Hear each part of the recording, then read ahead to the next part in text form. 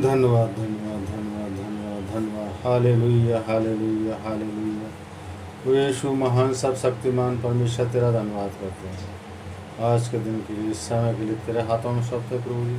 अब तक तूने संभाला है, जिंदा रखा, तेरा धन्यवाद करते हैं। धन्यवाद करते हैं प्रभु जी, जो हम वीडियो बनाने जा रहे हैं प्रभु जी, 10वां अंश के विषय में प्रभु जी हमारी सहायता और मदद करें और सुनने वालों को भी आशीष दे प्रभु जी। धन्यवाद प्रार्थना यीशु मसीह के नाम से मांगते हैं, आमीन। आइए मेरे साथ, मैं पास्टर राजेश कुमार कटारिया दिल्ली से हूँ और 10वां अंश हम आज बताएंगे। 10वां अंश की चोरी, 10वां अंश की चोरी।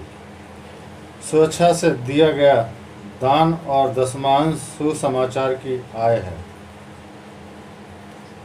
भजन संहिता 24 का 1 जब हम पढ़ते हैं तो परमेश्वर सब वस्तुओं का स्वामी है।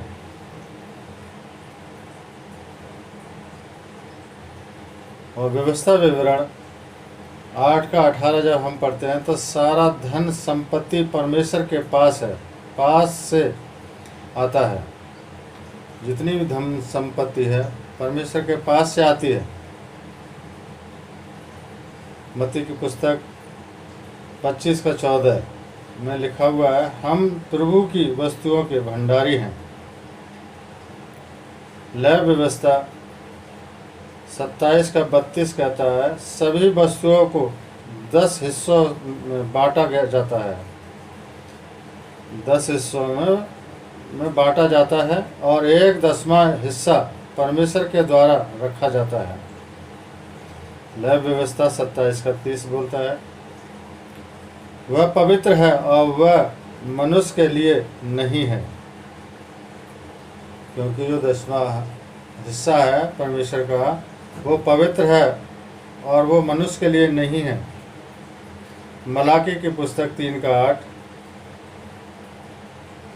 वह जो 10वां अंश को अपने लिए इस्तेमाल करता है परमेश्वर को लूटता है। लय व्यवस्था 27 का 31, अगर इसे इस्तेमाल कर लिया गया हो तो उसमें 5वां हिस्सा जोड़कर वापस लौटा दें। लय व्यवस्था 27 का 33 कहता है, एक ईमानदारी भरा 10वां अंश 10% होता है, 10% होता है, चाहे वह ज़्यादा हो या कम हो। ओवेल की पुस्तक 2 का 17 कहता है, याजक और पवित्र वस्तुओं की सेवा करने वाले प्रभु के सेवक थे। और गिनती की पुस्तक 18 का 20 और 24 कहता है, प्रभु 10वां अंश द्वारा उनकी देखभाल करता था। प्रेरितों के काम 13 का 2-4, परमेश्वर जैसे प्राचीन काल में अपने सेवक चुनता था वैसे ही वह आज भी चुनता है। पहला कुरिन्थियों 9 का 8 और 13 में लिखा हुआ है, जो आत्मिक सेवा में काम करते हैं उनकी भौतिक वस्तुओं द्वारा देखभाल की जाती है। पहला कुरिन्थियों 9 का 14 कहता है, जैसे मंदिर के याजकों की 10वां अंश द्वारा देखभाल की जाती थी वैसे ही प्रभु ने यह की है। तो हम परमेश्वर का धन्यवाद करते हैं कि 10वां अंश की चोरी ना करें। जो 10वां अंश चुराता है वो पाप में डूब जाता है और परमेश्वर उसको माफ़ नहीं करता। पहला कुरिन्थियों 8 का 10 और 14 में गिदोन के विषय में बताता है। न्याय की पुस्तक 6 के 38 और 7 में न्याय की पुस्तक 6 के 38 में कहता है, और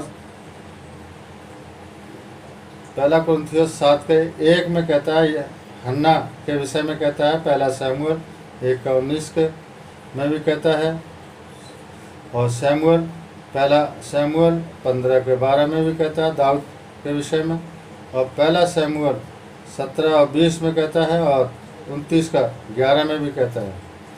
एलिशा के विषय में दूसरा राजा 6:15 में भी शिष्यों को कहता है, और मरकुस 16:2 में, मत्ती 28:1 में भी परमेश्वर की स्तुति के विषय में बताता है। भजन संहिता 92 के 1 और 2 में भी दशमांश के विषय में कहता है परमेश्वर। तो हम परमेश्वर का धन्यवाद करें, क्योंकि दशमांश स्वेच्छा से दिया गया दान और दशमांश सुसमाचार की आय है। इसलिए हमें सावधान रहना है और परमेश्वर को समझते हुए सारा धन संपत्ति परमेश्वर के पास से आता है, क्योंकि जो भी धन संपत्ति है परमेश्वर के पास से आती है, और हम प्रभु की वस्तुओं के भंडारी हैं। इसलिए हम सावधान रहें, क्योंकि लय व्यवस्था 27:32 में साफ साफ शब्दों में कहा, सभी वस्तुओं को 10 हिस्सों में बांटा जाता है और 1/10वां हिस्सा परमेश्वर द्वारा रखा जाता है। तो जो परमेश्वर का 10वां अंश है, जो उसका हिस्सा है, अलग कर लीजिएगा और एक जगह रख लीजिएगा। वो अपने परमेश्वर के सेवक को ही देना है, और उसके बारे में हमें सोचना नहीं, हम वो सेवक क्या करेगा क्या नहीं करेगा, तो उसके विषय में उसके ऊपर डाल दीजिए। अपने ऊपर परमेश्वर का बोझ ना रखें। तो उठावने की भेंटें और 10वां अंश ईमानदारी के साथ दीजिएगा, तो परमेश्वर फिर आपको आशीष देगा। आप फिर देख सकते हैं और परख सकते हैं और जान सकते हैं परमेश्वर को। अपनी ईमानदारी से काम कीजिए और अपनी ईमानदारी का सबूत दीजिए कि हम अपनी ईमानदारी का सबूत देते हैं। अगर हम 100 रुपये कमाते हैं तो 10% 10 रुपये बनते हैं, उसके निकाल के रख दें। और अगर हम 1000 रुपये कमाते हैं तो 100 रुपये उसके निकाल करके रख दें, उसको छेड़खानी ना करें, नहीं तो छेद वाली थैली में आपका जो बाकी है सब चला जाएगा। छेद वाली थैली में हारी बीमारी और बहुत से नुकसान हो सकते हैं आपको। इसीलिए सावधान रहें और परमेश्वर को धोखा ना दें।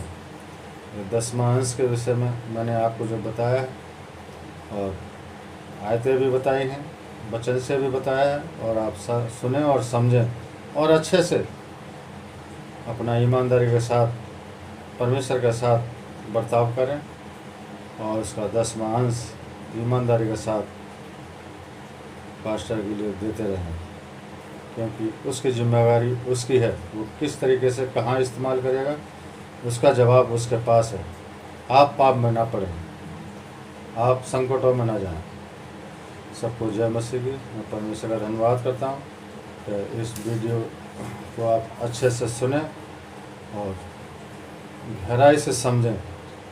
परमेश्वर आपको आशीष देगा और सारी बीमारियों से छुटकारे देगा। बहुत सी तकलीफ, बहुत से दुख, बहुत से संकट, बहुत से पैसे इधर उधर हो जाते हैं, कारण यही है, हम समझ नहीं सकते। पाप से ज़्यादा 10वां अंश रोकने में उस पाप करते हैं, क्योंकि हम पापी तो हैं ही, मगर उससे भी ज़्यादा हम अपना पाप का बोझ और सर पर रखते हैं।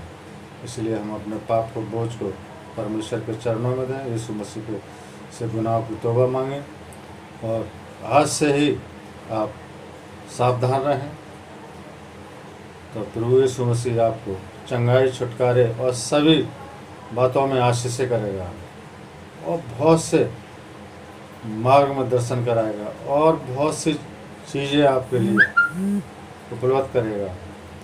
परमेश्वर का वचन कहता है, मांगो तो दिया जाएगा, खटखटाओ तो खोला जाएगा।